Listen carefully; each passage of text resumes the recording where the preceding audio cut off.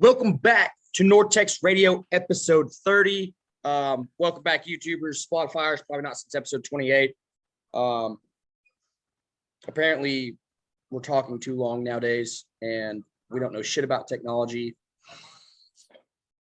And it kicked our ass. So, right out of the gate, if you know anything about fucking technology and computers and files and sizes, message us, and we'll do something for you. I don't know what it is. We'll do something. Yeah, I don't know, man. Big brother. I don't know. They're watching.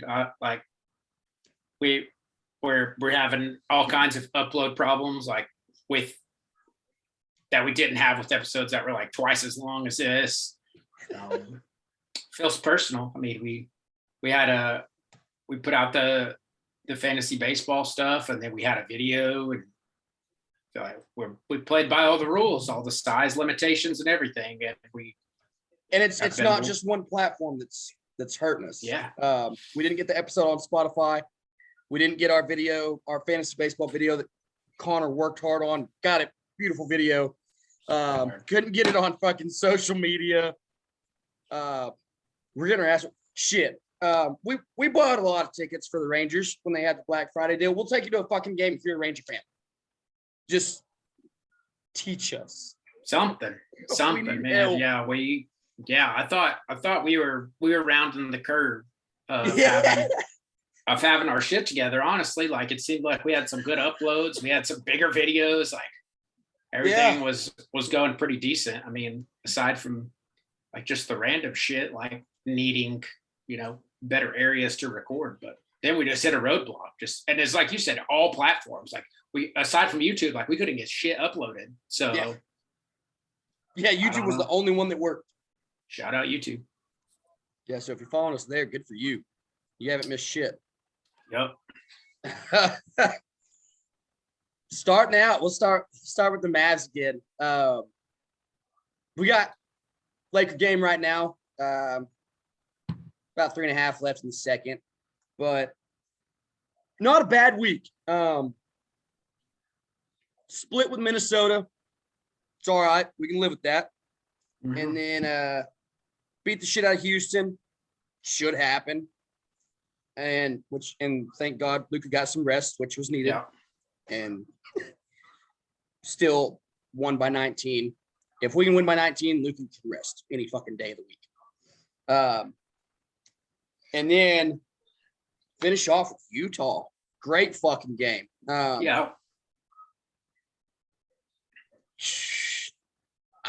That's just good basketball that day. And that's a team we're going to end up fucking seeing. Yeah. We're still projected to, that's first round if we start today. Yeah. 4 and 5 still. Yeah. I mean, not a bad week. And the loss was just a bad day. Luka was the only person that had over 13 points. I think Powell had 13. Luka was the only one that had over that, and he only had 24. So nobody was scoring that night. I mean, it's good for even with the headphones on. Vinny Smith with a loud F-bomb. Just letting it fly. But just nobody scoring that night. I mean, Luka having a decent night, 24. He can't put up fucking 40 every night. But that's just a bump in the road. Came back against a very good fucking Utah team. Spanked that ass. Like we said, it almost looks like, even though we still got a little ways to go before we get to the playoffs, it's almost looking like it's going to be Utah. It's looked like Utah since fucking Thanksgiving, it feels like. Yeah, I was super excited that you could say, yeah, it's Houston. I mean, like you said, but I was super excited that we were able to win by 20 points and rest Luka. That's nice. I don't care if anyone says, oh, it's Houston, it's Oklahoma City, whatever. Especially we're like 75 games in ish.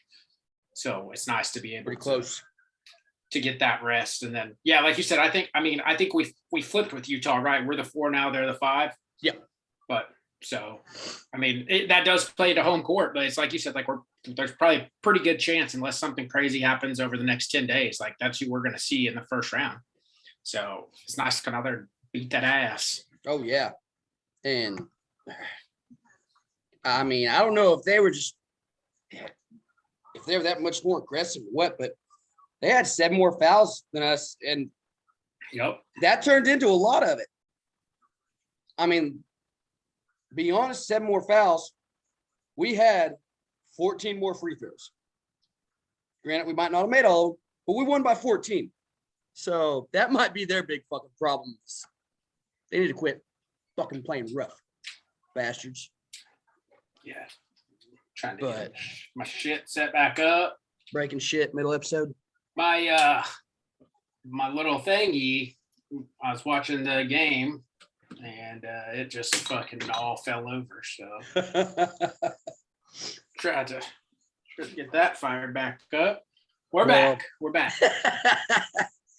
At least it's an ass whooping. Yeah. Yeah. Fucking 3 minutes left. 71-44. Yeah. No LeBron, no Anthony Davis.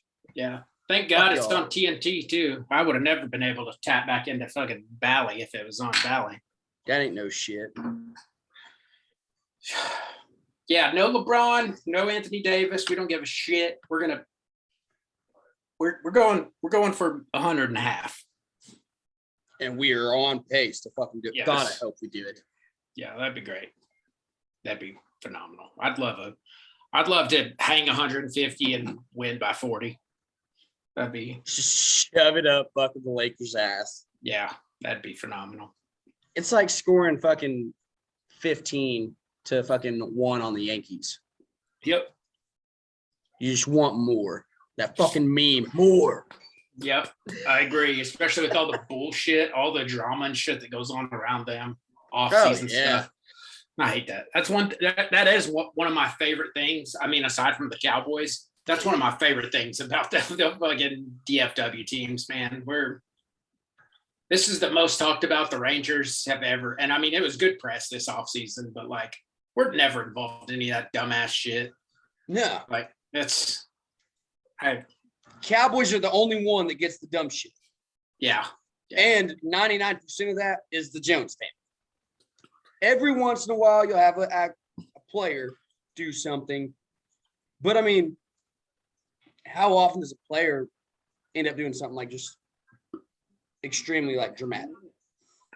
Most of the time, it's Lyle Collins. Like, hey, fuck y'all. I've taken 10 drug tests. I'm not showing up. Yeah. LeBron does that once a day. Yeah. Just some fucking, like, they'll be having a fucking board of directors meeting and LeBron just fucking walks in and he's like, hey, this is what I think we should do. And they're like, nah, LeBron, I don't think we should sign Russell Westbrook. I think we should trade for Buddy Hield. And he's like, no, we shouldn't do that. He's like, I'm gonna sit myself if we do that. And they're like, okay, LeBron, fuck it. Here we are. God, it's got to be so hard to be affiliated with them. But at the same time, we're affiliated with Cowboys. Yeah. It's mostly LeBron. I really don't know. Like, I don't know if Anthony Davis is that bad of a person. Like, but there's absolutely no way I could deal with LeBron. Just not a chance in hell. It seems like it. I mean, it really does seem like it's got to be about me. Yeah. And it's so weird. This is just my personal opinion. Like, I think away from basketball, I think he is a good dude. Like the schools, the charities, all that shit. He's never had the woman drama. He's been with his like high school sweetheart, been a good dad. It's like you get away from basketball, dude's fucking great. He's a stand-up guy. Yeah. But it's like when you throw his job into the mix of it, he's like, no, I'm going to stir this shit up.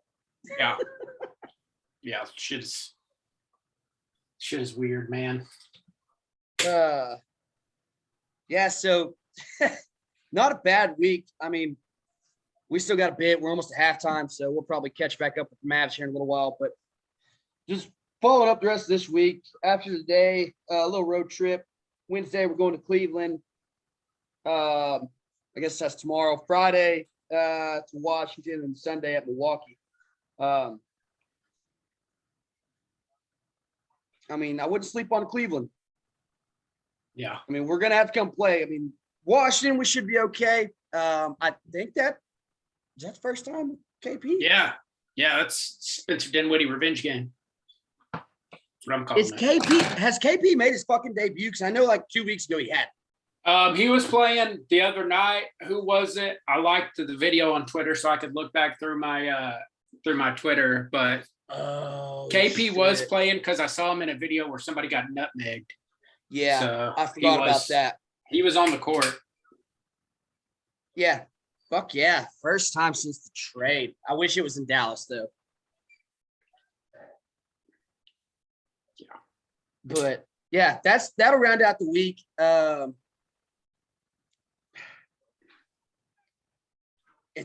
We can't complain. I mean, we've been on. Hell no.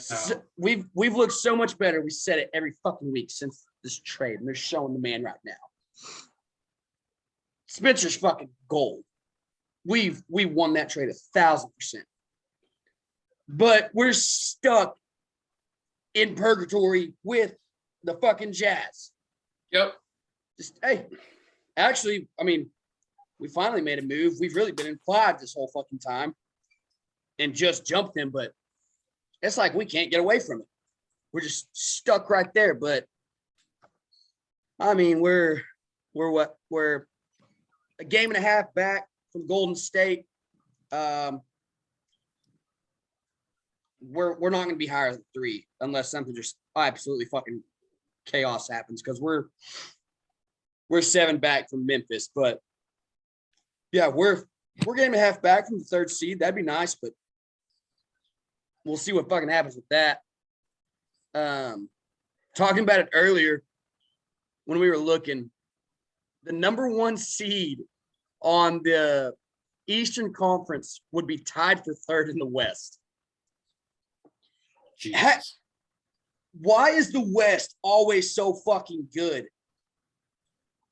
And it's like, hey, that's who we cheer for. Like, the East seems like it hasn't been good since the 90s. Yeah.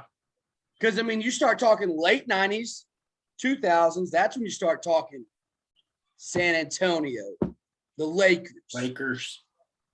Then you get a little further on, Golden State. Like, and it's just like just dominant. Yeah, I mean, aside from you had the 2008 Celtics, and then you had like the little LeBron, D Wade, Chris Bosh with the Heat. But I mean, aside from that, but that didn't last as long as everybody acted. That's still like what, 4 years out of 20? Yeah, but at the same time, those teams, they really didn't have anybody to compete with on that side. Mm-hmm. There would be one good team that would just run the fucking show, and you know that's who's going to be there. And then the Western Conference is just a fucking dogfight. Yeah. Yeah, it is. It is wild to me. Like we were talking about, like the Lakers not even being in the playoffs right now, and they would be. I mean, they wouldn't be a 1 seed in the East, but they'd be sitting comfortably, probably at least 6, 7 in the East right now. What are they at? 31 and 43. Maybe not. As shocking as this is, they would actually be further down. No. Well, that blows my mind. Well, say that, but their schedule would be different. They probably would kick the shit out of half the guys. It's a weird league, man. The NBA is weird. It really is. I think it's the weirdest league. Oh, by far. By far. It's the weirdest, craziest shit goes on in the NBA. Like we talked about with the whole Kyrie thing. Like there's a fucking guy getting a haircut at the goddamn fucking basketball game the other day. But what? He can't play. They can sit there. The NBA is by far the weirdest league. I'm glad the Mavs are the team that they are. Like I love the fact that Cubes is the owner. I love the fact that our fucking franchise player He's a no drama wizard. Yeah, a fucking wizard. Our GM is great. Like, it's nice. Kid. 82-56 halftime. Luka got 25. Might get that 50 piece. Yeah. Hope to fucking see it. No hockey. Tuesday. 5-3 W at the Oilers are home. Lots of love. We had 6 guys with 2 points in that game. Fucking everybody was getting a piece. It was a weird game, dude. And then Thursday, we win a shootout. What the fuck is that? That's also very weird. Not our game. Especially against Carolina. Yeah.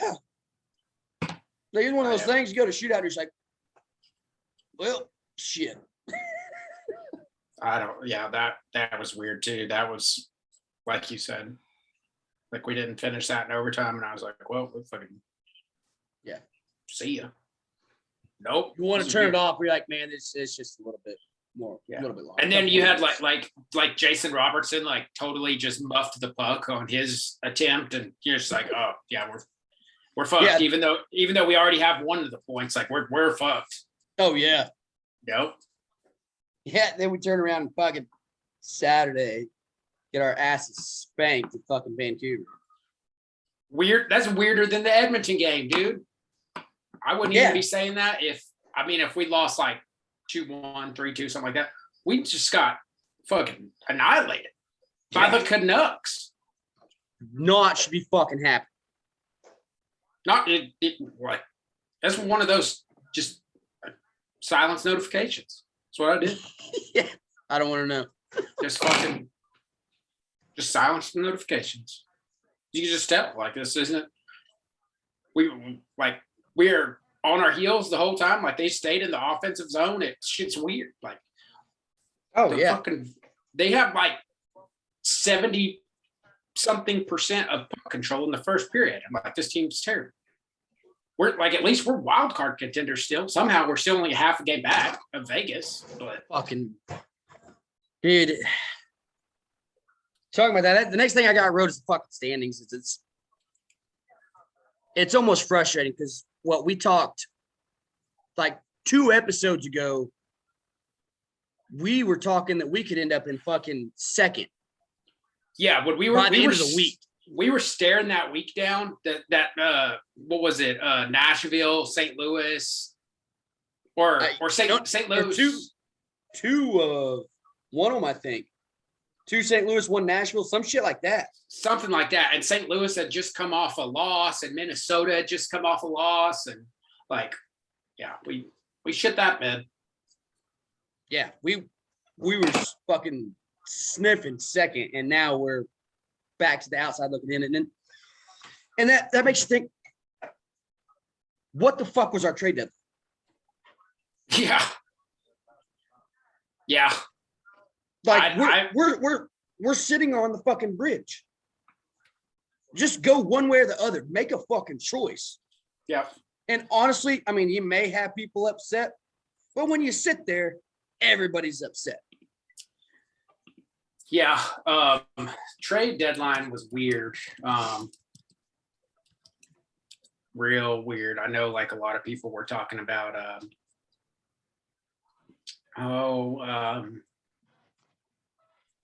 Nemestikov. Like, I'm glad we picked him up. That was great. But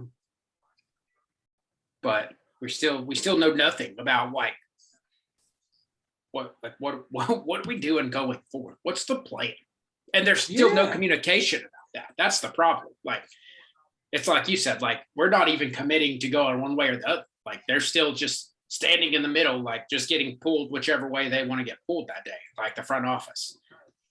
So it's fucking super weird. John Klingberg still, like, makes statements like that just make everyone teary-eyed and shit. They're just like, he's like, oh, I wanted to be a star my whole life. And we're just like, yeah, fuck you, John. Like, and that's like, because like I said, everybody's fucking frustrated now because on the fence. Either make a move one way or another. If you think we can really go fucking contend, and I mean, if you get to the playoffs, shit, anything can happen in any sport. If you get there, no telling.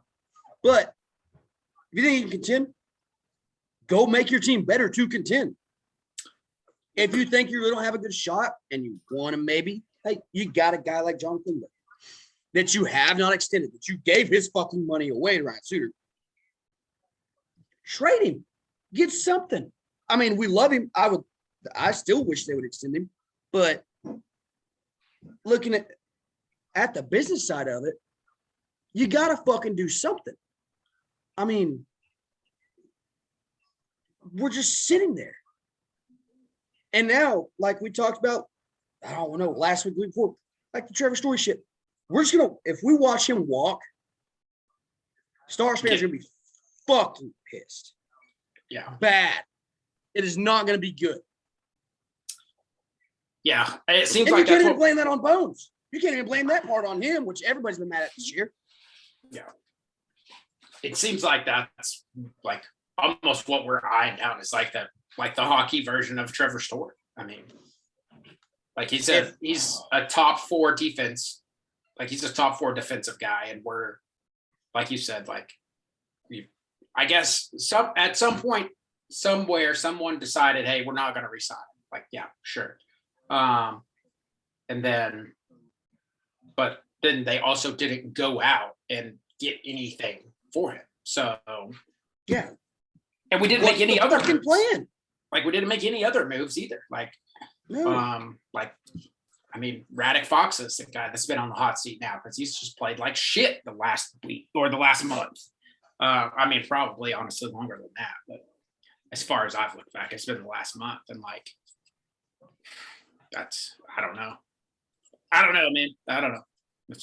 It's weird. It was like I'm cool. I'm glad that I guess I'm glad that we picked up Vlad Nemestikov. I don't really know that we needed a center. I mean, especially if we're not going to move Radek Foxa, like that's another thing that doesn't make any sense to me. Was it just to say we did something? We made a transaction. If we're going to get rid of an offensive player, that's probably who it should be. I mean, I would say it'd be between him and Luke Glendening, and Luke Glendening's had a better season. So it's weird to me that if you really want to break it down, like that's even more money that we went out and spent that could have contributed to John Klingberg. So I don't guess really get that trade. Nothing against Nemestikov. Like, he's a solid dude. He played great up north. He got in a fucking scrap the other day just for S's and G's and got trolled for it because he got fucking tossed around. But I mean, I respect that, but I don't. Just like you said, like I don't. Like, did we out of all of the shit that we needed? Did we need a centerman? Like, yeah. Did we need a forward at all? Really? Yeah. Like, and it looked like it must have been the easiest fucking deal to make. And they're just like, yeah, well, we'll post that out there to let everybody know that we're trying. Yeah, like. But everybody pays attention is like, that's not fucking trying. What are we fucking doing? Yeah. If you know anything about our roster, I mean, we have a great roster. Like, you can argue like you have, I mean, Jamie Benn, Tyler Sagan, Joe Pavelski, Rope Hintz. Like, you could argue if you wanted to. There's 4 centers right there. But there's a centerman for 4 different lines right there. I mean, we know that's not how it shakes up, but still, like the last thing we really needed to do was go sign another center. But hey, whatever. Man, at this point, like it literally feels like we're gonna have to somehow click. Because now, like you said, we're looking to try and make it in now. Yeah. We're gonna have to fucking figure it out. We're gonna have to somehow win the whole fucking thing. Or give John an extension somewhere out of our fucking ass to please everybody. And then Bones has probably got to go. Like, that's what we're looking at the end of this season now. Yeah. Because if we don't win the whole fucking thing and we just walk Klingberg out the fucking door, and then if we keep Bones on top of it, there's going to be a lot of mad motherfuckers in downtown Dallas. Yeah, I don't know. I don't know if they pull. I honestly don't. I don't think they do anything with him at the end of the year because I feel like he's walking. Yeah, they're not. I don't think that they're going to want to get into this position with the salary cap where they're going to have to try and restructure. And we know all the Miro shit that's going on. I mean, he's back tonight after 9 games, but I mean, he's on for what, roughly 8 a year. So that's a big hit in hockey. Like most of the time around the hockey world, like your rock stars are making 10. So I think you're right. Like I think they're gonna let him walk because they're not gonna be able to give him the money that someone else is gonna be able to give him. Now, especially that no one has to give anything for it. Yeah. That was the leverage that we had, at least at the trade deadline. Was hey, like so I mean, you could go out and argue like, hey, like, I give us at least another caliber defenseman, maybe a younger guy who's still on a contract. Like, I mean, we'd never do this. I know everyone in Dallas hates this guy, especially me too. But like, just to use as an example, fucking like Kel McCarr or maybe like an Adam Fox or something like that. Like you could at least bargain with that. Everybody's so goddamn mad. Now we're just fucking. It's like when you just put your shit out on the curb and you're just like free to get home. That's what we just did. That's what we did with John Klingberg. Just like, hey, free to get home. Yeah, taking one of the nicest pieces of fucking furniture, one of your nicest TVs, and being like, you know what? Yeah, I'll set it out by the curb. Yeah, you guys just pick it up. Yeah. I don't want it anymore. I found this old one I had from fucking 1998. Yeah, for my fucking dorm room. Yeah. God. Ryan Suter can dump the fucking puck in like no one else, though. I'll give you that. There's something. He can chip that bitch around the boards. And then take the most fucking ill-advised, unnecessary fucking shot just in the middle of fucking setting the offense up. Yeah. I'll give him that. So it's one of those things. I mean, I get people will have those jobs for a reason. And it happens in every sport. It happens eventually with every franchise at some point. But when your entire fan base that actually like your fan base that fucking follows you says, why the fuck did we just pay that guy when we know we should be giving it to him? And then, but the one guy in charge is like, watch this shit. Like when everybody knows it, like that's not the right call. That's not it. How does a guy who is apparently prestigious enough to make that fucking call and may be prestigious, whoever it fucking was. But how do you explain that when everybody that follows knows it's wrong? Everybody. Yeah. I don't know, man. That's because that's like, I mean, I don't. Yep. It's just like the thing that I'm like you said, like there's people out there that fucking, they make, great money or whatever. Like, it's just crazy to me. Like, here's other salaries. Okay. Here, like Sidney Crosby, he's on a 12-year contract, $104 million over 12 years. So his average is $8 million. Like, gonna go down as one of the best players in the history of the game. Absolutely. Let's do some more. Let's do some more. This is what's crazy to me. For anyone that doesn't know, Ryan Suter is making $11 million this year. And one of the greatest ever. 11 is making 3 less. I'm gonna throw up. Like, That's what's crazy to me. Patrick Kane this year, 6.8 million. Jesus fucking Christ. So we could, I mean, about $2.5 million off. We could pay Patrick Kane and Sidney Crosby if we added $2.5 million. That's oh my God. Like, that's wild to me. It's got to go down as probably one of the fucking worst contracts in hockey history. Has to. It's fucking terrible. Has to. Jesus, that's disgusting. Yep. Well, this week we got later on tonight, probably close to when we wrap this up. Got Anaheim, turn around Thursday with Anaheim again. Saturday, San Jose, and Sunday at Seattle. So I haven't looked at game times, but it's on the fucking West Coast. Probably all 9 o'clock bullshit. 9. starts. Yeah, I think they're all 9s.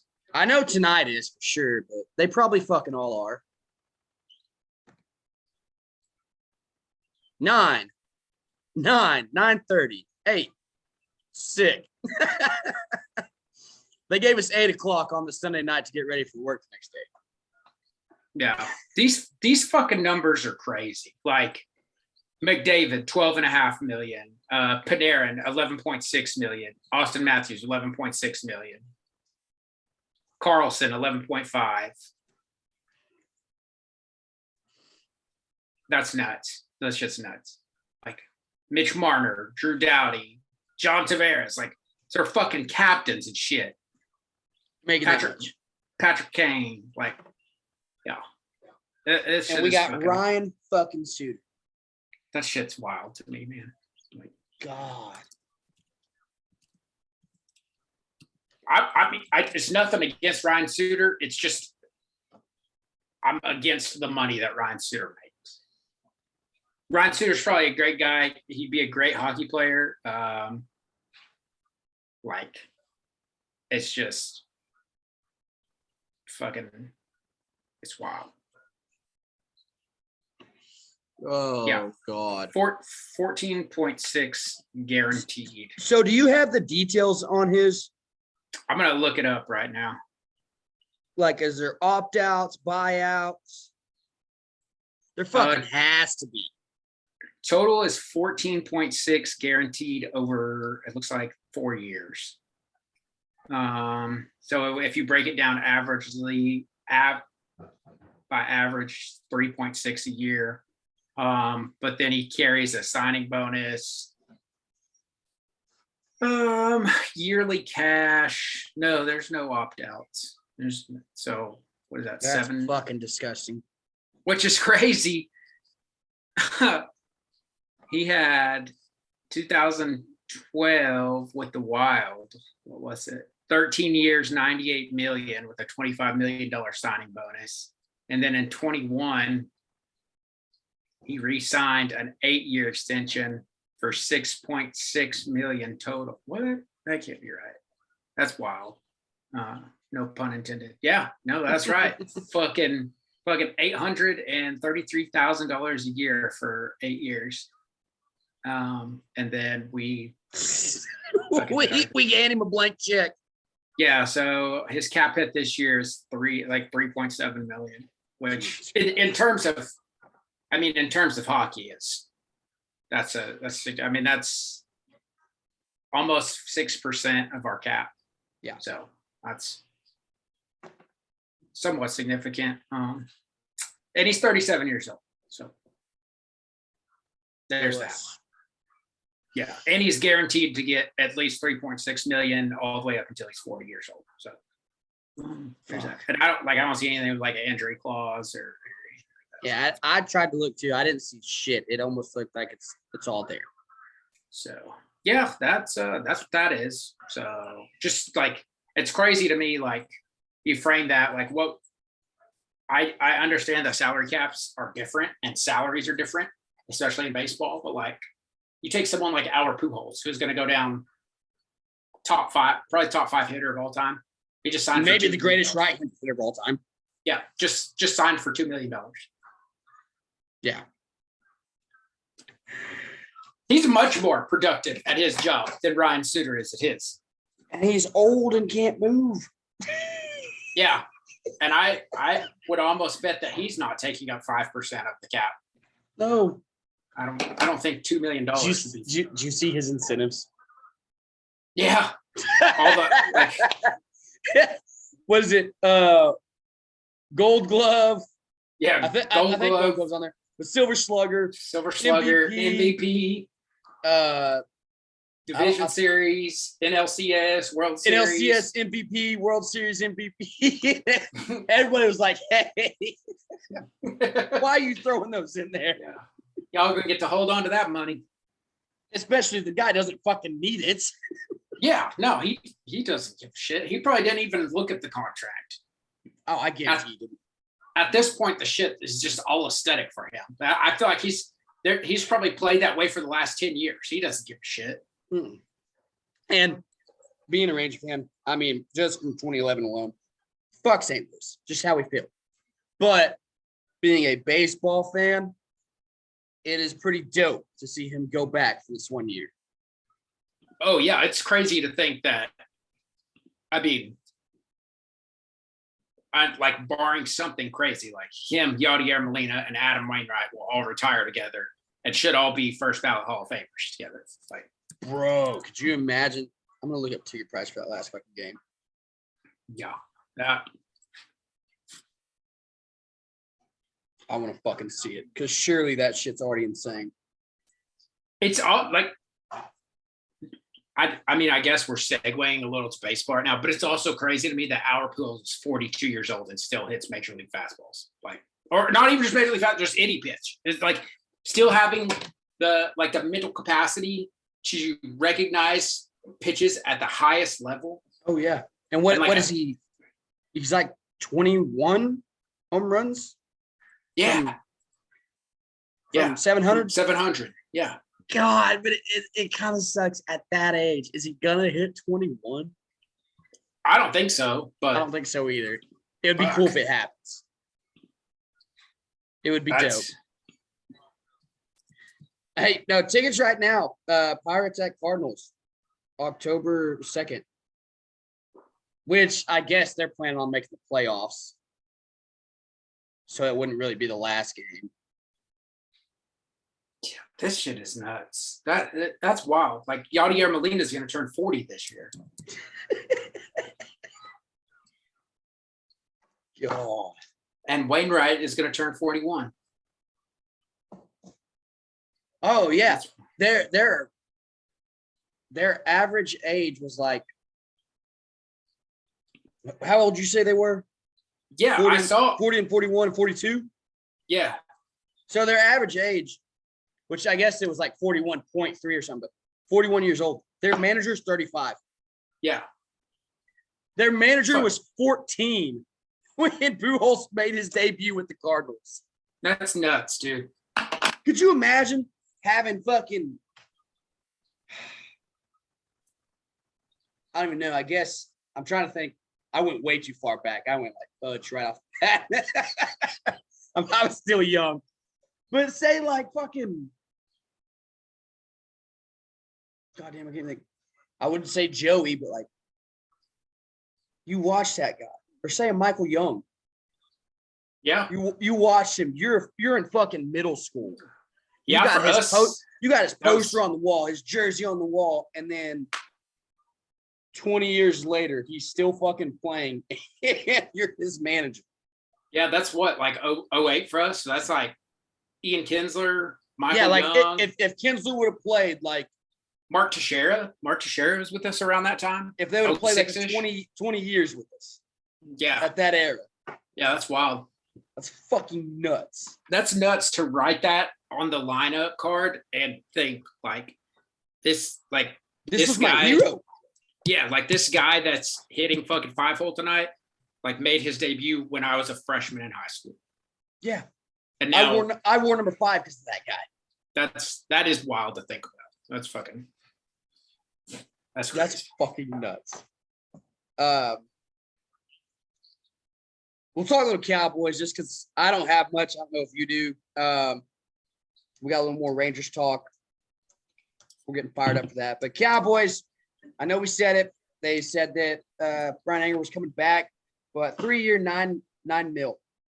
44.6 net yards last year is a franchise record. And I said it, I don't know what fucking episode, way back when, during football season. Brian is on jersey watch, 3 years, $9 million. I'm going to have that fucking jersey come football season. Respect that. I've never loved a punter more. Franchise record holder, man. Yeah. I've loved kickers, but I've never loved a punter as much as I loved Ryan. Yeah, I'm glad we made it work. However, we figured that shit out. We went the most fucked up roundabout way about doing it, but whatever. I mean, would you expect anything else? So, yeah, because we don't know what the fuck's happening. Yeah, fucking in Frisco. Sold a car just to buy it back. I have no idea, man. I don't know what the fuck goes on at that place. That's the only thing I have for the Cowboys this week. But hey, Jersey Watch, it's over. Jersey's getting ordered. Ryan Anger, brother, we're rocking it for 3 fucking years. Love it. I don't know if you got anything else. That's all I have. That's surprisingly, mercifully, like I haven't seen the Dallas Cowboys name popping up on a lot of things. Hey, even when I search it. In the past month, the way we've been going, it is a fucking good thing we have no news. Yeah, we've dealt with illegitimate children. We've dealt with, assault. We've dealt with death, sexual harassment. Yeah, I was okay with not having not a lot of Cowboys we've had a news. lot of shitty fucking news. So chalk that up as a W for the boys this week. Yeah, we'll call that one a win. Well, we can move on to the Rangers then. Fun fact. As of today, we're recording. It's March 29th in our shortened spring training, but we're ways in. We're sniffing open day now. The Rangers and the Pirates are tied for most home runs. What the fuck is that? And at least we made moves. I mean, that's more so wild on the Pirates side. That's a wild baseball stat that I don't think anyone would have guessed. Baseball stats are fucking weird. Baseball stats are very weird. Yeah, I got 2 old books on just advanced baseball stats, just because they're it's fun to read because they're written not like informational books. It's just cool, just facts and shit. Right. Awesome shit. Just the most out of this world fucking shit. I got one too. Fucking this shit is. Even if you don't read from beginning to end, you just flip and be like, holy shit. What? Yeah. And that's what's cool is it's broken down by year. So if you just want to go so you just pick a random year. This is a chapter full of just crazy shit. Yeah. But there's no other sport that has statistics that compete with baseball. It's you can there's no, I mean, you can have a fucking barn burner fucking 15 inning game that finishes 1-0, and it can be just as exciting as a fucking 9 inning game that finishes fucking 20-19. Oh yeah. You can feel the same about both games, which is crazy. Man. That baseball purist in me. I mean, the scoring back and forth is pure chaos on the edge of your seat. And I don't hate it. I love it. That a fucking, a 2016 Game 7 between the fucking Indians and Cubs. That shit was just insane. Back and forth. Just throwing haymakers. But I love a 1-0 fucking ball game. That especially when that run comes late. When it's 0-0 through 7, 8. Because then it's hey, everybody's one fucking mistake is what's going to cost it. Yeah, that shit is that's wild to me, when especially just from on both sides of the ball, like you said. I mean, now every fucking pitch matters, every fucking base running decision matters. It seems like when you get in those bang bang games and it's 9-8 through 6 or something like that, it's just everything's firing on all cylinders. Those are cool. Those are energetic. Oh yeah. they're definitely fun to watch. It's cool to just watch fucking slugfest. Yeah. But it's also crazy, like you said, like if someone's carrying a no-hitter through 8 or something, or it's a 1-0 game or fucking 2-1 or something like that, then you know, this guy's just been threading the whole game, and then you bring in the closer and like he's got to pick up right where he left off. Like, yeah. And I don't know, man. There's just something about baseball. It's funny because I mean, both style of games are so fucking exciting. Yeah. I mean, if it's a close game, it's exciting no matter what. But yeah, say it's fucking 13-12. Those are the games where you're standing up and moving around, you're smiling, you're like, holy shit, this is fucking nuts. But you're even kind of laughing at the game, like, whoa, can't believe that happened. But those 1-0 games, that's when you're like, oh shit. Like, how was I sitting? Yeah. What shit? Do I need to hold my phone back again? Yep. Was my hat crooked? Like, what did I jinx? Fix it. And you're panicking. It's just stressful as shit, but the reward is so much fucking better. But yeah, it's those high scoring games are just a blast. You're laughing, you're fucking talking. It's insane. But those 1-0, you start thinking of all that superstition that comes with baseball. Like, oh shit. Oh shit. Yeah, shit's wild. Man, I don't know. I'm excited. I got the email about theme nights, so I'm fucking buying some of those tickets too. Oh yeah, dude. I love the mashups. The Mavs and Stars. Yes. And FC Dallas. Yeah, they got all the teams. Yeah. They don't have the fucking Jackals, which is great because the Jackals fucking suck. Thank God they had a bye week. All right. Do we want to hit on that real quick? Did you hear that fucking news? No. So we had a bye week, right? And we still lost somehow. No. Fucking so last Sunday, I guess after we recorded, they were on a bridge or something, wherever the fuck they were, and it collapsed. No, didn't hear anything about it. And like 20 guys got fucking hurt, like between players and personnel. Like pure fucking chaos. Let me find this shit, dude. I might not have turned my notifications back on. For the Jackals. My God. Like, whoops. I saw like Jackals Twitter and I was like, oh, fuck. What are we going to say here? They're like, oh, half our team fell off a bridge. Like, fuck. Yeah, which I guess some got hurt, but they made it sound bad. I was like, did these motherfuckers die? Oof. Oh, God. All right. So it was a thread, but I only got one.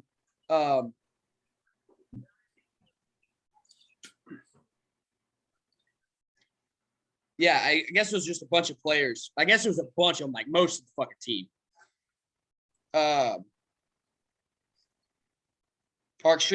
First, GM Vassy said, first and foremost, we are extremely grateful the injuries to our players, while serious in terms of impact on their seasons, were not life-threatening.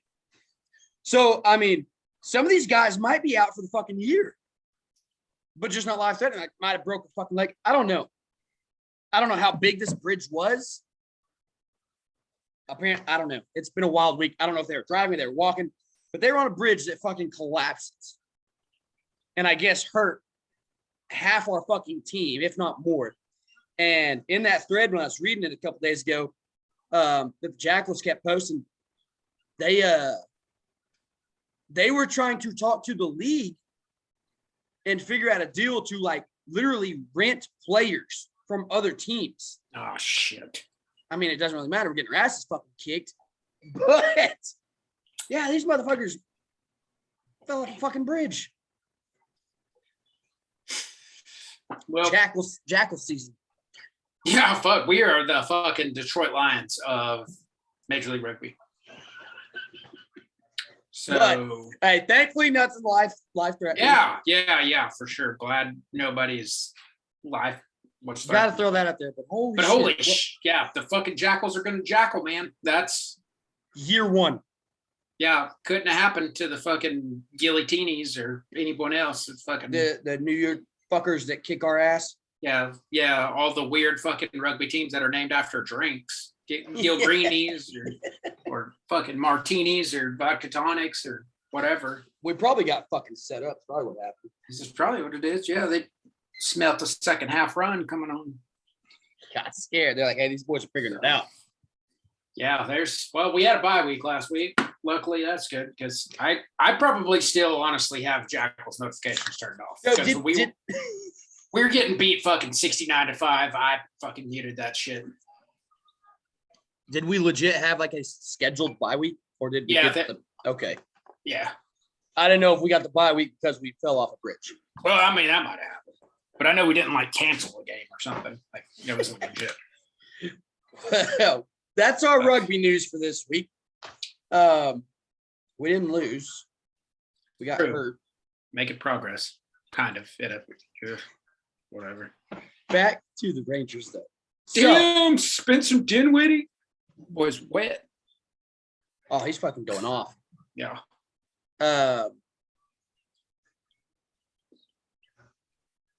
Like we're fucking in a close game. He's playing like. But yeah, he shot that bitch from the logo. There's noise. So there's one big name that has not signed. It's Michael Conforto.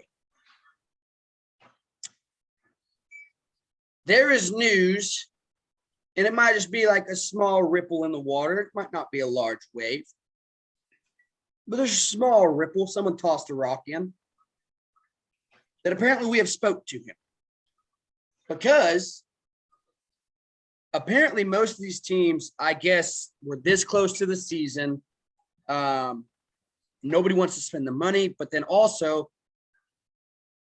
since this offseason still plays under the old CBA, nobody wants to give up a draft pick because he got a qualifying offer. The Texas Rangers have already gave up their second and their third round pick because of qualifying offers for Corey Seager and Marcus Semien. So we're not losing that high of a pick that everybody else is going to have to lose if they go sign him. So apparently, while everybody's panicking about doing that, losing that second round pick, we're like, well, fuck it. We've already lost our second and third because we went balls to the wall this year to build our future. We'll throw that rock in. We'll cause a little ripple effect. We'll see what fucking happens. So apparently we have spoke to him. I haven't heard that anything is really pursued towards a contract, towards an agreement, but apparently we have spoke to him because we're losing a fourth round draft pick, which for Conforto, hey, I'm fucking cool. And holy shit, if we pull that off. If we pull that off, we got to make the playoffs. It almost feels like after losing 102 fucking games. Yeah, I mean, it's like obviously we're not pushing the draft this year. We did that last year. We drafted well last year. We got Jack Leiter at 2. We picked up Aaron Zavala. I mean, and honestly, like it's unfortunate for Aaron, but like we got a steal with him with the medical problem. Oh yeah. Like so. And like we still got third overall in the first round this year. So this is just later shit. Yeah. So I'm with you. I mean, it's obvious that, like you said, aside from that third overall pick, and we've talked about it probably 10 times already on this podcast, even since baseball season started, like that's not anyone we're going to see in the next 3 years. So, I mean, this isn't a year where we're putting all our money in the draft pot. So we've made that clear. We picked up Seager, we picked up Semien. Like you said, that cost us a second, third round pick. Cool, great, like a hell of a return on investment. I'm totally fine with that. Oh yeah. Like so, I mean, I feel like I'm kind of with you. Like where if it's going to cost us a fourth round, that's okay. And like the thing, I mean, the only thing that I could find from his offer that he got from the Mets, which. I mean, it does suck for him. He turned down the extension from the Mets last year, which was said to be 9 figures. And then he kind of flopped a little bit. So from the business side, his value theoretically goes down a little bit. And we're either able to pick him up on a longer deal for the same amount of money or a shorter deal for less amount of money. And yeah, I mean, we know we have the money to spend. It's already been talked about. And like, there's nothing. there's nothing in my wildest dreams that I can think of, especially with this class coming up, that is just saying it's super important to our immediate future that the Rangers hold on to a 4th round pick as opposed to someone with caliber like Michael Conforto. So, yeah. I think it's a good, especially this late in the free agency game. Like I said, it sucks for him as a person, but it is from the business side, like that's really lucrative for us because he fucking, Hell of an outfielder. He's a great outfielder. We need another outfielder. I guess we don't need one, but we damn sure could benefit from one. Oh yeah.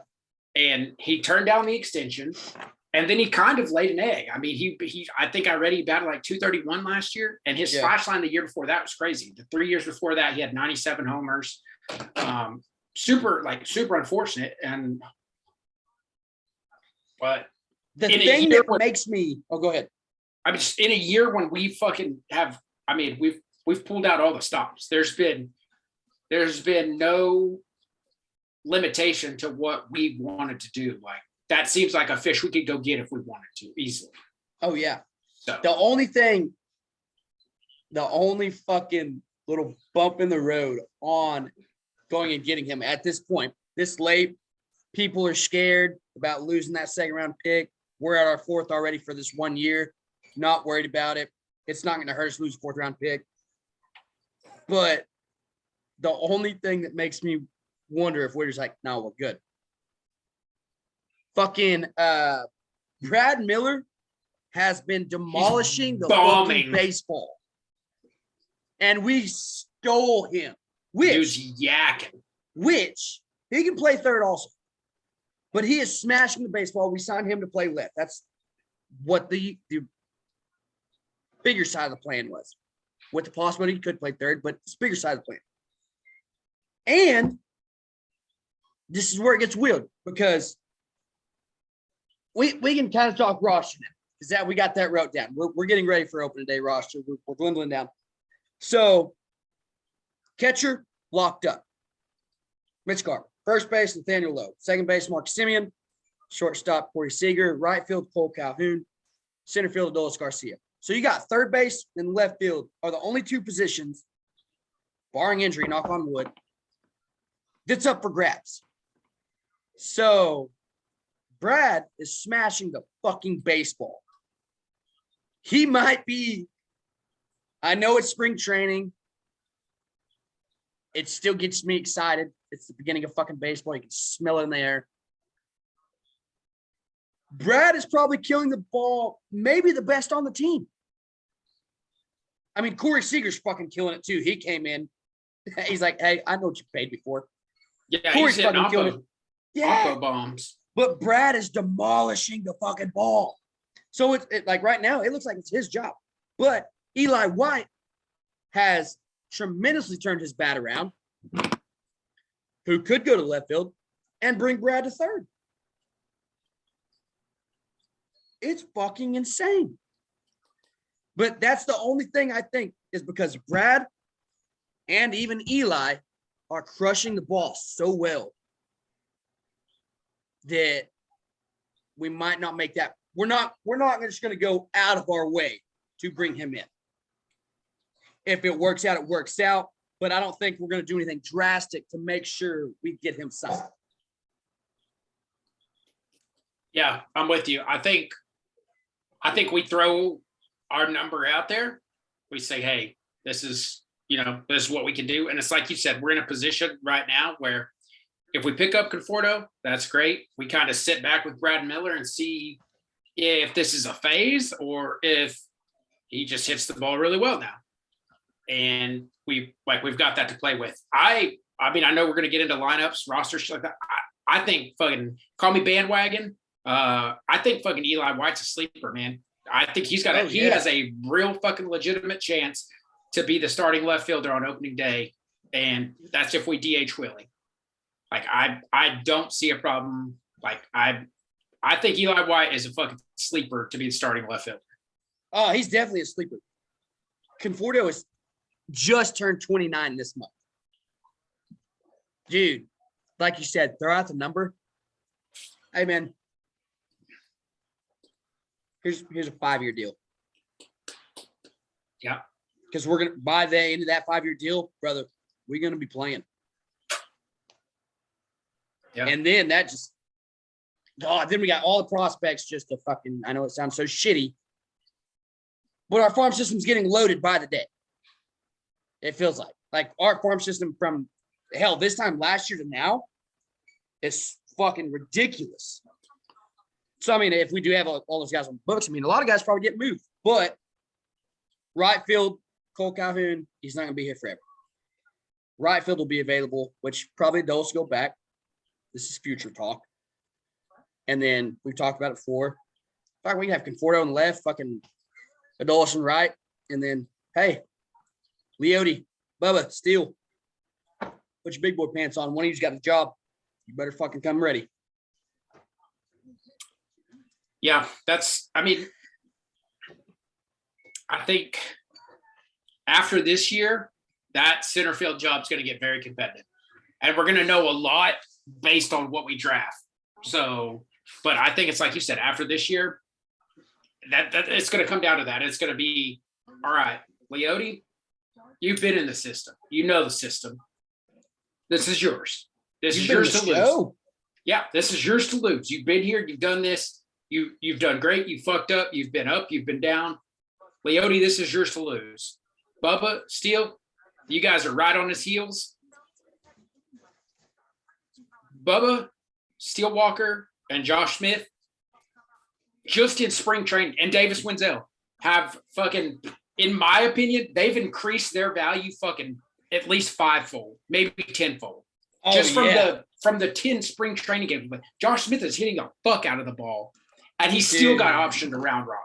Yeah. So that's what you're saying. I mean, like about our farm system, I think this year we kind of coast. There's not really a lot of expectations. If we make a run, we make a run. Great. If we don't make a run, we're not fucking, we're not crying in October. If not. Right. But I think this time next year, we're having some legitimate conversations with players like Eli White, Leote Taveras. We're going to say, hey, you guys have been here. You guys have been up in the league. Both of you guys have multiple seasons with, at least 20 games. Yeah. We're not getting any offers on Bubba or Steele. So you guys, this is your job to lose. And that's, barring we don't pick up Conforto or anything like that. But I don't think Willie's ever going to play in the outfield again. It's going to be very just like some dire circumstance, but between how loaded we are at Frisco and Round Rock, and I mean, even if we add Conforto and then you have Eli White turning it around, I don't think, but I think you're right. I think at this point next year, a year from now, there's going to be a lot of heat on Leote Taveras, Eli White. I would even say two other people that are going to be involved in that are probably going to be, and I mean, if we don't move one of them this year, it's going to be Jonah Heim and Jose Trevino. Because it's going to come up. I mean, compare it to the Stars. The Stars got to a point this year where we didn't need 4 goaltenders. We had 4 goaltenders. We didn't need 4 goaltenders. We're not going to need 4 catchers. Nope. So Sam Huff is here to stay. We've heard, hey, yeah, he played a little bit of third here and there because everyone's wondering about his knees. He's a big boy, corn-fed, shit like that. Can he catch? Everyone said, hey, he's A-okay to catch. We drafted him to catch. He's good to catch. He's cleared to catch. He's going to catch. So that's talking future. Yeah. So now we're just in this little conversation, we've got 4 guys that are essentially playing for this season's going to be their job evaluation. Because I think this time next year, at least all 4 of them, and depending on how this season goes, maybe I like guy, maybe Nathaniel Lowe. Maybe he's having the same conversation. Hey, man, last year was your chance to get on board with this. Last year was your year to have a breakout year and show us that we're keeping you. We're making a run now. Because what happens if I mean, obviously you plan on everybody staying healthy. Mitch stays healthy. That's our backstop. Okay. Jonah or Jose is backup. One of them will probably end up getting moved. I just feel like that's going to have to happen. Oh, yeah. But then Sam, the motherfucker that hits the goddamn ball 500 feet multiple times a year, is crushing it in AAA. You're going to want that bat somewhere. So, okay, well, we could DH. We can move him to first.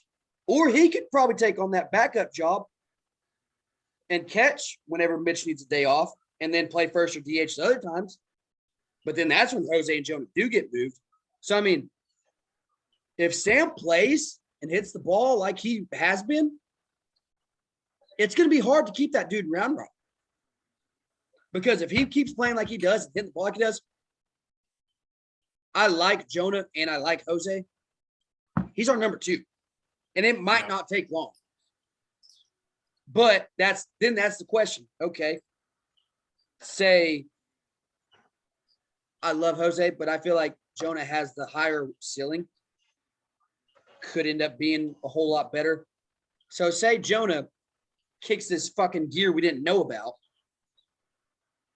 That's when we start talking. Okay, well, there's our backup. So Sam, first base, DH.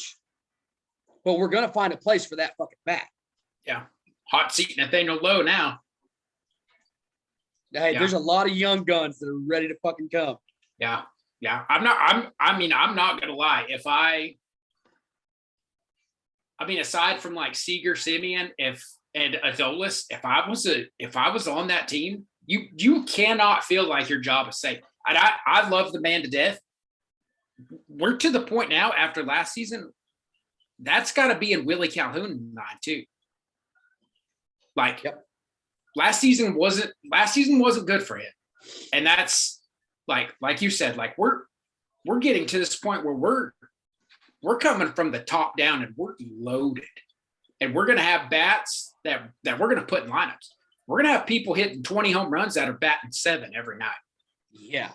So, I mean, I'm not fast forwarding completely through this season. I think this season's going to be fucking amazing.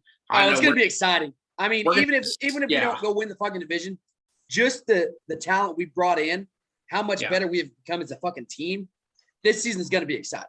Yeah. I know. I mean, between you and your brothers and your family and my family, I know we're going to spend a lot of time at that fucking ballpark. Okay. And I think it's gonna be awesome, but I'm very interested about the conversation we're gonna be having a year from now about shit, because I feel like it's gonna be the team, the organization is gonna be on a whole nother level, and there's gonna be some people that aren't gonna make the cut. Yeah, and it sucks. But that's just the way the business goes. Yeah, but yeah, a lot of guys, and I don't know if you were meaning this year or so when you said Seager, Simeon, and Adolis all have their jobs, were you talking this year or like past? Yeah, this. Okay. Because Adolis was a rookie last year. A phenomenal fucking rookie. Yeah. My opinion, should have won Rookie of the Year. I don't give a shit if you call me fucking biased or not. Yeah. Wander Franco playing 50 fucking games should not fucking count. Yeah, it's also okay because Randy Rosarino will win it again this year. So he's eligible for the next 5 years. Yeah, he'll be a rookie again this year. So Wander won it last year, so Randy Rosarino can win it this year. Yeah, I feel like, I don't know, if you make that far of a fucking playoff run, you're not a rookie no more, brother. If you would have won the World Series, you were the MVP. Yeah. So you shouldn't be in talks for Rookie of the Year the next year. Yeah, it does seem kind of it's very misleading when you're like, oh, our Rookie of the Year was the World Series MVP last year. If they would have won. Like what? How would that have what? But then it's frustrating too where, like I said, Wander Franco played maybe. I don't even know if he played a third of the season. Maybe. Yeah. That's a crock of shit. I get it. He's number one prospect. He's a fucking stud. He's going to be great. Going to win plenty of awards. But Adolis plays the whole fucking year and or damn near the whole year, just dominates. And a guy that played even 70 games, that's not even half the season. That's bullshit. Yeah.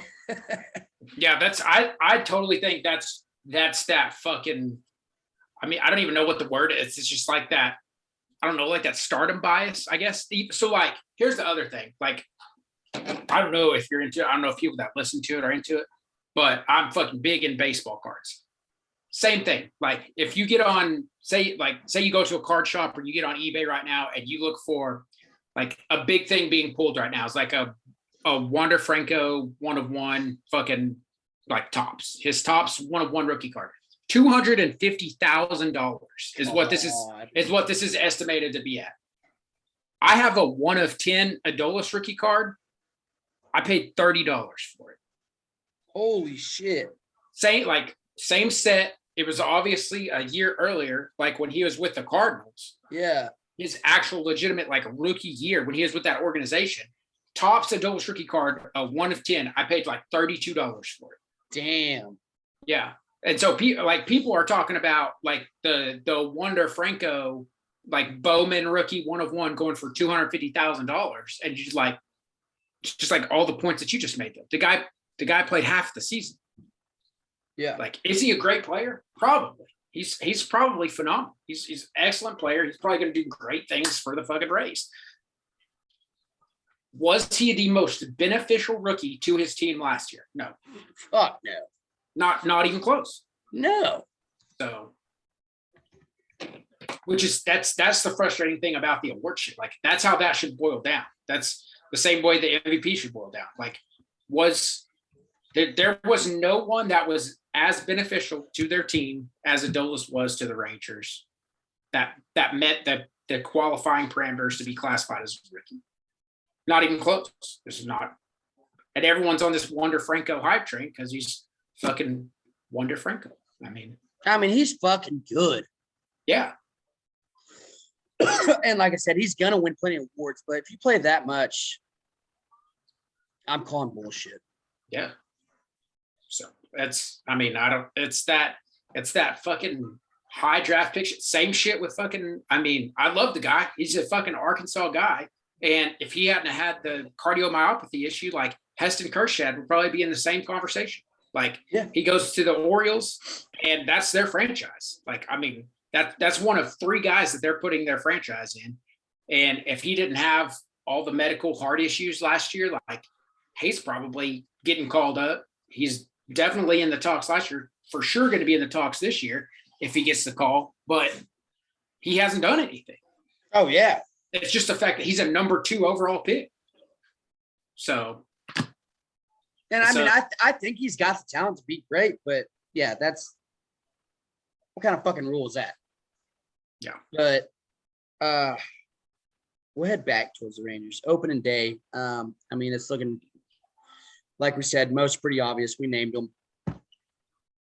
We both got Mitch behind the plate. First base going to be Nathaniel Lowe. Simeon second. Seager short. Cole Calhoun in right. Center Adolis. So we want to start DH. Well, we'll do DH last. We'll do our actual fielders first. Who you got at third opening day? And I'll go first. I may say it may depend on the pitcher, as weird as that is. If it's a lefty, I feel like you got to roll Charlie out there. From what he did last year, I feel like you just got to throw him back out there.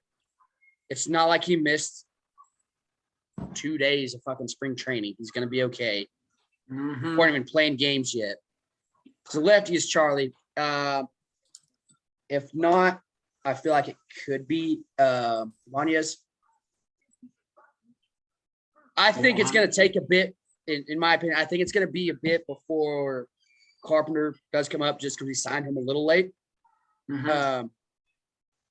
But if he comes into Round Rock hot, it's not going to be long for Matt Carpenter to play baseball. But I'm saying I'm leaning probably towards Charlie. And that's just my personal opinion. But I want to see what your take is too. Just curious. I was leaning Andy Ibanez, but I mean, I do like. That's going to be such a. I don't hate like you said, like putting Charlie in there, and then that's someone that's still producing the bottom third of the lineup. Man, he's such a like. They seem so similar, but I understand they're different players. But like fucking Charlie Culberson and Cole Calhoun are two people on this team that I think of that are just they're gritty as fuck.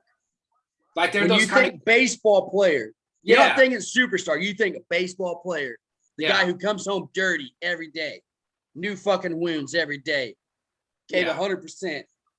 That's those guys. They both seem like guys that are like.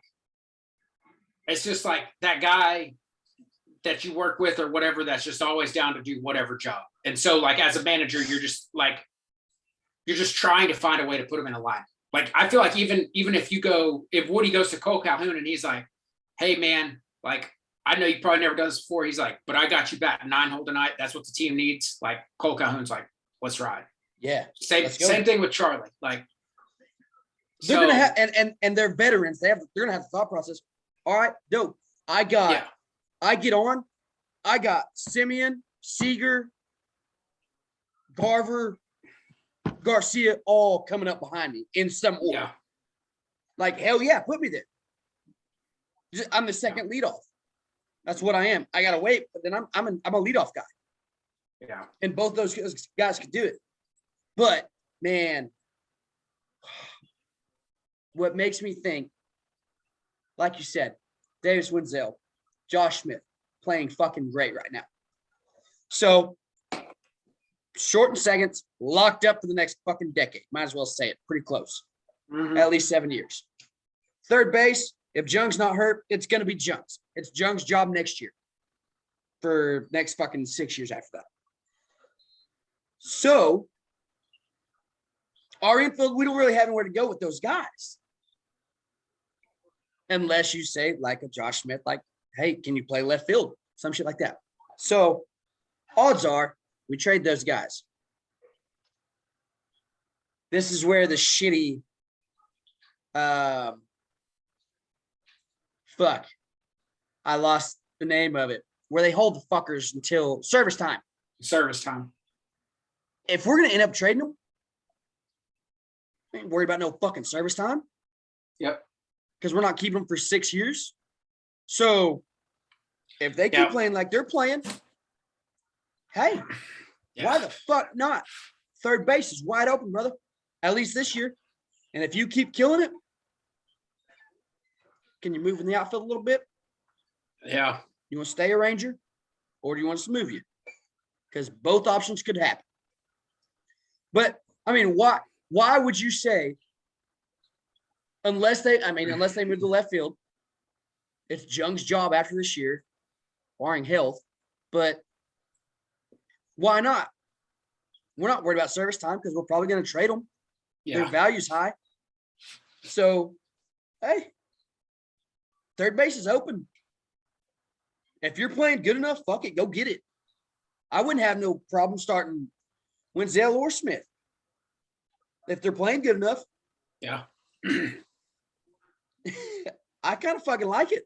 You're right. Like, especially if there's even the thought that they're going to get moved in the next 3-ish years. Like, we're not worried about arbitration. We're not worried about your service time. Like, and they're still going to have even if it is 3 years, they're going to still have at least 3 years of control. Yeah. At minimum. And that's if we keep them in the fucking bigs. Yeah. So they're still going to have a lot of control left. The only way we actually do keep them that long is if they either do move to left, and if they do, then we're not worried about trading them because that's our fucking guy. Yeah. Obviously, they're playing and hitting well enough. or you got, or Jung just legitimately goes down. So I feel like, why the fuck not? If you're playing it, let's fucking roll them. Waste no fucking time. That is wild, yeah. So left field. I like Eli White, man. I do not fucking hate that. I'm going Brad, just because we did bring him in. And this is where the business part gets into it again. I think Eli still has a couple options. We can option him to Round Rock. So I'd roll with Brad. We're paying him the money. We can't option him. But Brad's got a little bit more veteran presence. But Brad's crushing it. I know Eli is too. But God, it's exciting that there's actually two guys out there that are fucking fighting for it and playing well. And at this point, I really don't even think we option Eli to Round Rock. I think in what I'm thinking, I think Brad gets the job. That's what we brought him in for. But Eli will be our fourth outfielder. If someone needs a day off, Eli's the fucking guy. Yep. So I like it. I think it'll be Brad, but I'll be fucking shocked if Eli's not on the opening day roster, because I think he's going to be that guy where he can play all three out there. He can run, he can throw, and his swing is fucking changed drastically, crushing the ball. So someone needs a break. Eli, there you go. Won't be a fucking problem at all. And then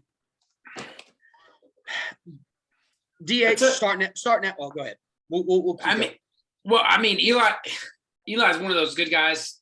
If he's not an everyday starter, that's a good guy to have come off the bench.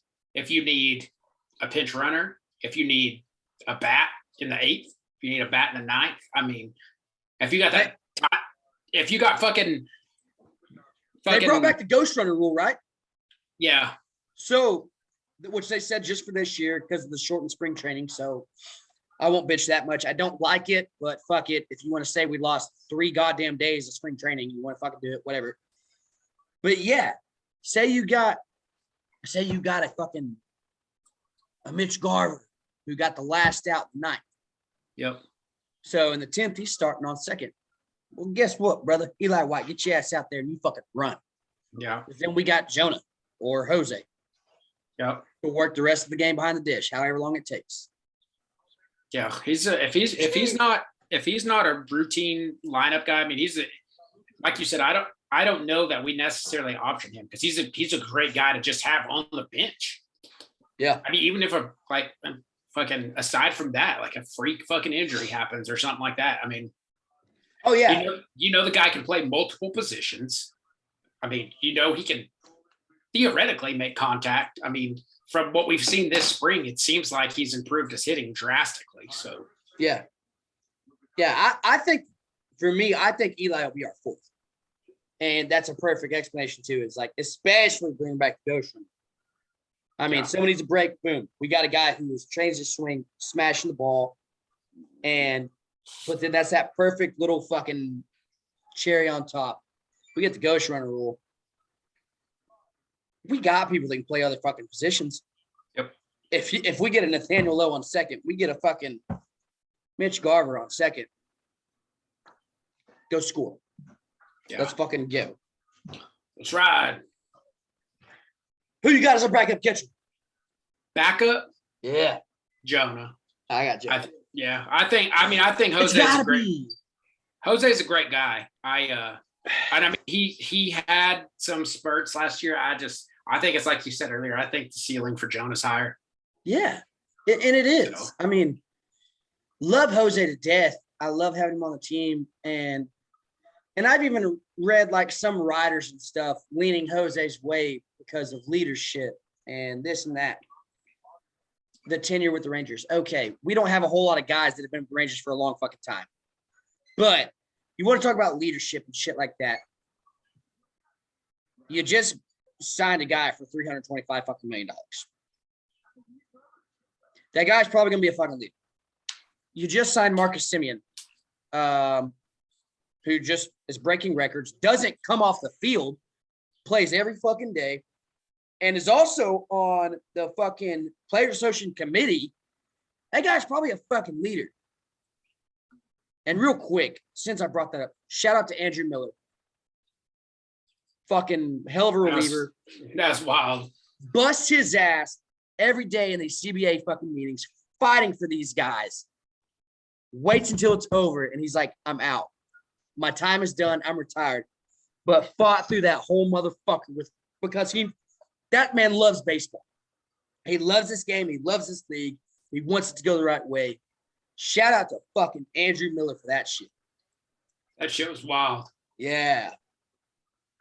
But yeah, the whole, I just don't buy into the Jose leadership, tenure type of shit. Like, you literally brought in one of the best shortstops in the league. And then you brought in a guy who's literally one of the main voices for the fucking league, for the whole league. He's one of the 8 guys that speaks up for the whole league. I think he'll be okay leading the fucking team. So I don't know if the writers are just being generous and mentioning that about Jose. Like I said, I mean, we love him. We do love Jose.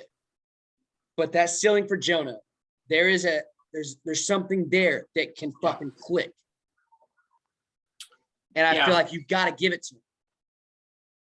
Yeah, I think that's, like you said, I mean, we're not in this position where we need some hero. Like, and also, like, we just signed Mitch Garver. Like, we don't need that catching experience, advice, mentorship behind the plate. And I mean, Jose has some time, but he still doesn't have that. Like, he doesn't have as much time as they act. Right. Yeah. People can say, oh yeah, he has been with the team. He has tenure and stuff like that.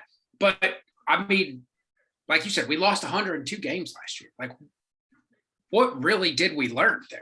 Like, what consistency has he seen with our rotation? So nothing against him. He's a great guy. He in terms of this, he just comes off to me as a guy that, like you said, maybe is a leader. Maybe like, I would not be surprised one bit if when Jose Trevino hangs it up, he gets some job in the organization doing something. I can see that fitting perfect. And to, like, total polar opposite of that, I don't see Jonah Heim doing that. I actually see Jonah Heim being Mitch Garver in 7 years when he's 30 years old. Oh, yeah. So, and I mean, maybe that's just me seeing their personalities from afar. I don't know, but I'm with you. I think there's more potential there with Jonah.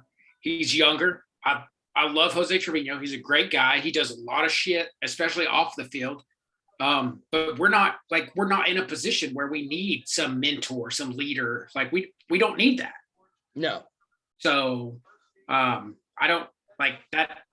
I mean, I don't think that will be associated into the decision making, and I don't think it should. I mean, I hate that for the guy, but yeah. And like I said, like, I feel like it's most writers that I keep reading. They talk about that leadership and tenure. That, I mean, I get we've moved a lot of pieces. There's not a lot of guys that played in the Rangers 3 years ago, but Jose made his debut in 2018, and I get COVID year was short. He hasn't played 162 games in 4 years. I mean, I get COVID year was short, but fuck. Yeah. You can't talk about, and I guess this is more so towards the writers and maybe even Woody. You can't talk about leadership for a guy who's been in the league for 4 years. We could even say fucking 3 if you take out the COVID year, and has not played a total of a full fucking season. You just can't. So, especially if you're trying to talk about your back. The more I talk about it and the more I get in depth in it, it's got to be Joe. Yeah. I mean, even just to that, like if you want to make that argument, where we're going to need leadership is probably Round Rock and Frisco. So if you're making the argument of, oh, Jose Trevino's a great leader, he's a great clubhouse guy, where we're probably going to need that is the 30 players that we have that are under 23 years old. Yeah. Go spend time with Sam Huff. Once again, I hate it for the guy, but if that's the road that he's going down, if he's trying to have a Robinson Chirinos type career, that's what's going to happen. You're about to start bouncing. I mean, and it's not a bad thing. I mean, look at what Chirinos has done. He got to play in the fucking World Series. Yeah. But it just points that way. Jose's going to be that guy, and that's okay. But that's not the way our franchises go. Right. So it's got to be Jonah as the backup. Like we said, the ceiling's higher, the potential's there. And then you got Sam Huff sniffing everybody's fucking heels, who could very well show up. So, I mean, unless you just somehow get a better, like, trade deal for Jonah, which I don't think the deal will be that much better for Jonah than Jose, because, I mean, it's not like a fucking superstar or a high-end prospect. So I feel like you got to move Jose. You just have to.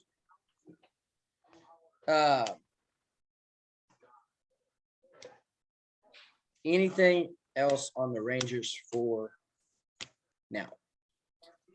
Shit's exciting. We're getting closer. Fuck. We're getting closer. I can see it. I'm going to start. My Texas Heat is myself. The technology shit has kicked my ass. I did have a busy weekend, not an excuse. Sorry, this episode's late, but more so the technology shit. I got to get fucking smarter. Didn't pump shit out like we should have. So, yeah, I'm sitting in the hot seat right now. I got to do better for DFW. Yeah, I mean, I could double down with you. I think we fucking talked about it quite a bit. We've tried all the shit we know. I don't know if it was just a fucking glitch in the system or if we just suck. But yeah, we double down on that, and then fucking man, I'm just like really the only thing that's just out of sync for us right now is fucking the Stars and the stuff they're doing. So I'm just gonna keep pounding it, man. I guess not. I mean, we've beat up Rick Bonus about it, and nothing's changed. I still think he definitely deserves to be feeling the heat, but also Jim Neal. Yeah. Jim Neal, man, like we didn't do anything at the trade deadline. We talked about it earlier. We picked up Nemestikov. I don't really know if we needed him, and we didn't do anything to either indicate, hey, yeah, we're not making moves because we're planning on re-signing Klingberg, or we're going to get the most we can for this guy right now. So it's 100% on Jim Neal. He's fucking got everybody in the dark, and I don't know why. Yeah. Oh, 100% agree with you. Sure. Stars is the problem in Dallas right now. I'm gonna screen grab that because Siri said I don't know how to respond to that. Same fucking Siri. Idea. No fucking clue. I'm gonna head back to the Rangers on the next one. I didn't bring it up, but because I plan on bringing it up right here. I missed a lot. Like I said, had a lot of shit going on this week. John Gray named opening day starter. We brought him in for this fucking reason. Be the guy. Be the guy right now to lead that rotation. But then also in a few years, be the guy. You may not be the ace in 4 years, that last year of the contract, but you're going to be in the rotation. We're planning on you being part of that 5 to lead us, get us to where we want to be, which ends with the fucking Commissioner's Trophy, which the name should be fucking changed because fuck that guy. But shout out John Gray, open day starter. That's my Lone Star this week. Yeah, mine. I'm torn between two. Okay, so we hit on Bad Brad earlier. So sorry, he's an honorable mention. I'm gonna go Josh Smith. I like just because I mean, even though he got moved, it's still spring training. There's going to be daily changes. We talked multiple times throughout this episode about it. Man, he's had a great 10 days. He hit the ball for contact. He hit the ball for power. He was part of the Joey Gallo trade. It's been fucking some fucking random ass person the other day brought my shit up and was like, "Oh, oops, you said this." Like, listen to the fucking podcast. I've addressed it 25 times. Yeah. Yes, I fucking agree. At that point in time, yes, especially when we didn't know what fucking prospects we were getting, and also the offseason moves that we've made this year have nothing to do with that trade. We haven't utilized anything from that trade in making moves this offseason. So I don't even remember your name. You can fuck right off. But yeah, Josh Smith did come in that trade. And the last week he's been hitting the shit out of the ball. Honorable mention, Bad Brad. Like we said earlier, he's hitting big boy homers. Yeah. Yeah, he's not playing around. He's definitely very well aware of why we brought him here, and he wants to own it. So I'm in on both of them. Hey, I love searching guys' names, just searching, like especially in Twitter, just seeing what people are saying, like not that they're actually like handled, but just searching the name, just when they're brought up. A lot of fucking Philly fans were like, "Hey, you're gonna like Brad. You're gonna like him a whole lot more, even if you don't know who he is. He's going to show up and you're going to be like, hey, we are happy to have this fucking guy." So shout out all those Phillies fans showing your boy some love after he was gone. Yeah, we're right. I guess wrap up this one. Same thing as always. Follow us on all our handles. Like we said at the fucking beginning, help us learn technology. And as of right now, we only have Ranger tickets, but we will get you to a Ranger game. Teach us to technology. Yeah, at least teach us technology better so we can, get this shit out here to you guys. Like, if there's fucking software or something, we've dabbled in it a little bit, but if there's software or some shit like that, if you know and if you like the content or if you like doing that shit for a hobby or whatever, I'm definitely we'll definitely try to make it worth your while for sure. Yeah. So, like we say every week, we hope that this continues to grow. So yeah, if you know shit about that, you can help us. Like, at least just get a fucking audio file uploaded on Spotify so 5 people can listen to it while they're at work. Yeah. Like, I'll definitely fucking make it worth your while. I know you will. So yeah, shit. Hey, we end up growing, expanding. Fuck, you're the first person we're fucking calling. You on the payroll. So just right now we can't pay. We pay in Ranger tickets. Yeah. I'll get you tickets or beer or whatever. Like, yeah, something. We'll make a fucking deal. Yeah, we have tons of files. If you're like if that's your jam and you want to practice or whatever, we have tons of files you can cut up, chop up, whatever. Hell yeah. Like, for sure, reach out. We'll try to figure something out. So it's definitely a passion of ours. And if one of our listeners, obviously we want to keep it internal. If it's one of our guys or girls out there that, if you guys fuck with this regularly, like this is your 9-to-5 job, and if you sit around and look at our videos, you're like, oh my God, this is fucking terrible. I can fix this in 5 minutes. Like fucking please tell us. Reach out. Yeah. We got some fucking lights and I got cords ran all over my man cave. Oh yeah. We definitely want to keep it in house. So if you guys are listening to this and for sure. Spotifyers didn't hear, YouTubers did. We're trying to have a fantasy baseball league. We actually last week we said the deadline was going to be tomorrow. We're obviously going to extend that. Maybe draft before opening day, the night before. But we're pushing fantasy baseball. We'll go ahead and just throw that out there on fucking Twitter, Facebook, what the fuck ever else. So if you want in on that, just DM us on any fucking social platform. I think we looked it up last week. It could hold 20 teams, which would be fucking awesome because that's just pure chaos. Yeah. Bad Brad's a sleeper there. No shit. So, hey, first come, first serve. If we're at so many by the night before, we'll fucking do it. If we hit 20, we'll just have to cut it off. But DM us any platform. We'll make sure you get on the list. Just info, email, all that shit that you need for fantasy. But let us know. We'll post that and we'll get this rolling. And hopefully we don't have as much fucking trouble tonight. So, hit us up. Y'all.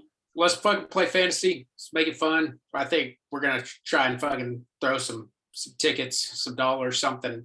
But we're gonna try to have a fucking prize pool. So yeah, we'll do something.